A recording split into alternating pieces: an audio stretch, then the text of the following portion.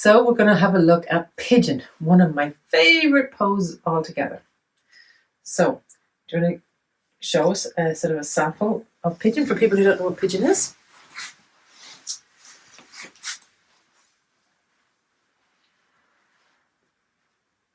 Beautiful. So I asked Sophie to get into it directly without giving her any instruction, because I happen to know that she is reasonably flexible and can do stuff that most of us can't do, or a lot of our students can't do.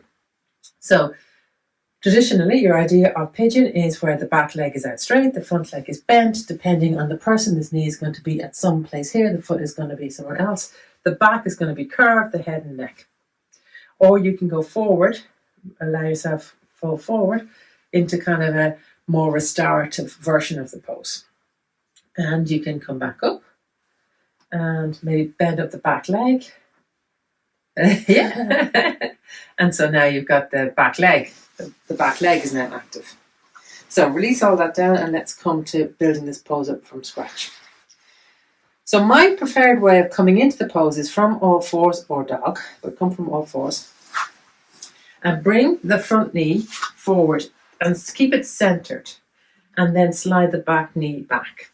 I like this because a lot of people do not have two things. Either they don't have the mobility to get into full pigeon, or they have so much mobility that they fling themselves into it and then lose all of their control.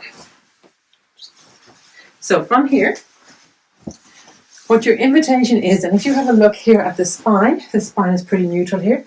We're looking to keep a neutral pelvis, and we're looking for this back leg to come long and straight. So not externally rotated or internally rotated, which is what she has this time. The last time when she just got into it herself, it was actually rotated. So from here, your invitation is to experiment with taking this foot slightly further under the thigh, which it is, and the knee slightly further out, and see where it is. How is that? Do you feel supported with that? Mm-hmm. So this is a nice adjustment from my perspective, because the back thigh is actually supported by the foot. It supports them have a neutral pelvis, and we don't need to put in any props. What would it be like to go a little bit further? So taking the foot closer in this direction, and just see in your body, are you at your limit? Yeah, see where it goes to. Just like rotate. Yeah. And so the knee, exactly. So perfect. So that's you done. You're cooked. Yeah. Yeah, beautiful. So if you can see now, what's happening is, and she's actually adjusted herself, but she had started to slide. Can I put my hand on you? So just come to this way. This is what people often do in order to get the foot further out. They have this sort of twist going on in the body. So Sophie actually had adjusted herself to come back to neutral without me asking her, so that's beautiful. One thing you can do is you can prop, and put this under here, and then come back onto it. That's a bit too high, is it? Or is that, how's that? Yeah. So you can offer people support to help them stay with this neutral pelvis. The next thing we're going to look at is the spine and see what's happening here. So here it's reasonably straight. It's quite a neutral spine, natural spine. So what I'm going to invite you to do is to make the shape of the pigeon. So allowing a little back arch happen in the upper chest. Now, see when if I say to you to take your head back or to arch back, often what happens is all the work happens here in the lumbar.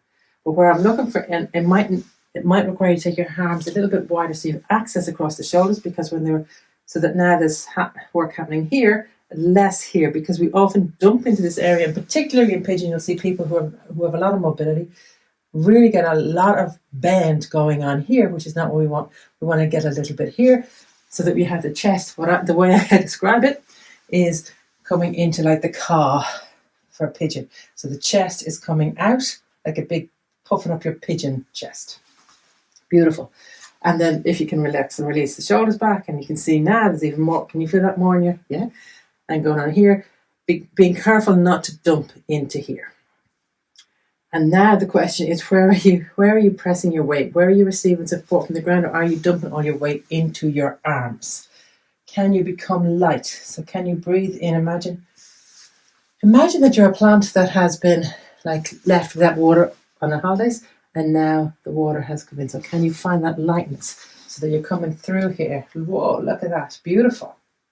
And hopefully she's smiling. I can't see her. Hopefully she's smiling. Super. Another stage, this is to then roll forward into your just restorative version of it. So coming onto the, so actually I'm going to get you to stop there on the way through. Perfect. So here, this is an active with a neutral back. You see that that's active. And then surrender, let the weight go, release. And then again with the arms, move your arms so that you can, feel the, on this one here. Do you want to do anything with that one? Move it? Yeah, just move it. So that, beautiful. So now she has that surrender. I'm going to take this out from, well, actually, it wasn't doing anything for you there anyway. And so again, she's now able to give weight and receive support. How's that? Nice. From here, to come back out of this, we want to really engage everything. Actually, while you're here, I'll show you, are you okay to be there for a minute? So what's happening in this pose from a joint perspective is kind of deadly because one is going forward and one is going back. Okay, one is in flexion, one is in extension. The back one, like I said to you before, we're looking to keep that straight so there's no internal or external rotation. I suspect there's a little bit of rotation happening there, but people will have a little bit of rotation. I'm just going to bring you back to neutral. So when she went off neutral, the rotation happened in her leg. While the back leg is extended and neutral, no internal or external rotation, no ab or adduction. The front leg is doing pretty much the exact opposite. So it is fully flexed. It is externally potentially slightly externally. The hip joint is definitely externally rotated, and it's also taken away from the body. So ad is to the body, ab is away from the body. So also abducted. At the knee, full flexion at the knee, and then I can't see her foot. Her foot is fully extended. So also at the ankle. So it's cool. I love it because it affects every part of your body from your toe through the whole way through your head. What I'm going to invite you to do, Sophie, is to just, have you started to settle into this? So you can lift the back foot, just extend it out long and drop it back down again. And now has that brought activation back through everywhere for you? So I can see here has changed, that her position has changed. How does that feel? Mm-hmm. Nice. Cool. From here, find that inner strength so that it's soft. You're going to float back up to the way you were with your hands, support it with your hands. So you can use your hands, but really see, can you float up? Beautiful. And then can you continue to the next level? Beautiful. Can you release the shoulders? Lovely. And again, we're talking about not dumping here, so more caw. Nice. Releasing into the shoulders. Nice. So you can see long neck, this beautiful, a little bit of movement in a lot of places. And then if you want to see what it's like to take up the back leg, I think there's a little bit of work going on through your hamstrings there, is there? Nice. And then release it back down. What I like to do is push in through my two hands so I can float back up through dog. Yeah, just put yourself to dog. Oh, that right? Perfect. Yeah. Excellent. Have some fun with it because again, it's now, sorry, the one thing I want to say before you go off and have fun with it is this knee. When there's restriction in the hip, what happens is the knee is going to take that pressure. So if people haven't got the mobility to take the leg out and they force it out or they prop themselves where they're up, but they haven't got they can't relax into it, then the knee is very vulnerable. So in this pose, if the people are really either have dodgy knees or if they're pushing too much, just turn them around on their back. And actually, if I can just lie down for a second, pigeon on your back is pretty much thread the needle. So there's your pigeon. Your extended front leg if you want. Rotate it, abduct it, all of the same thing going on without putting pressure on that knee. Now go have some fun with it.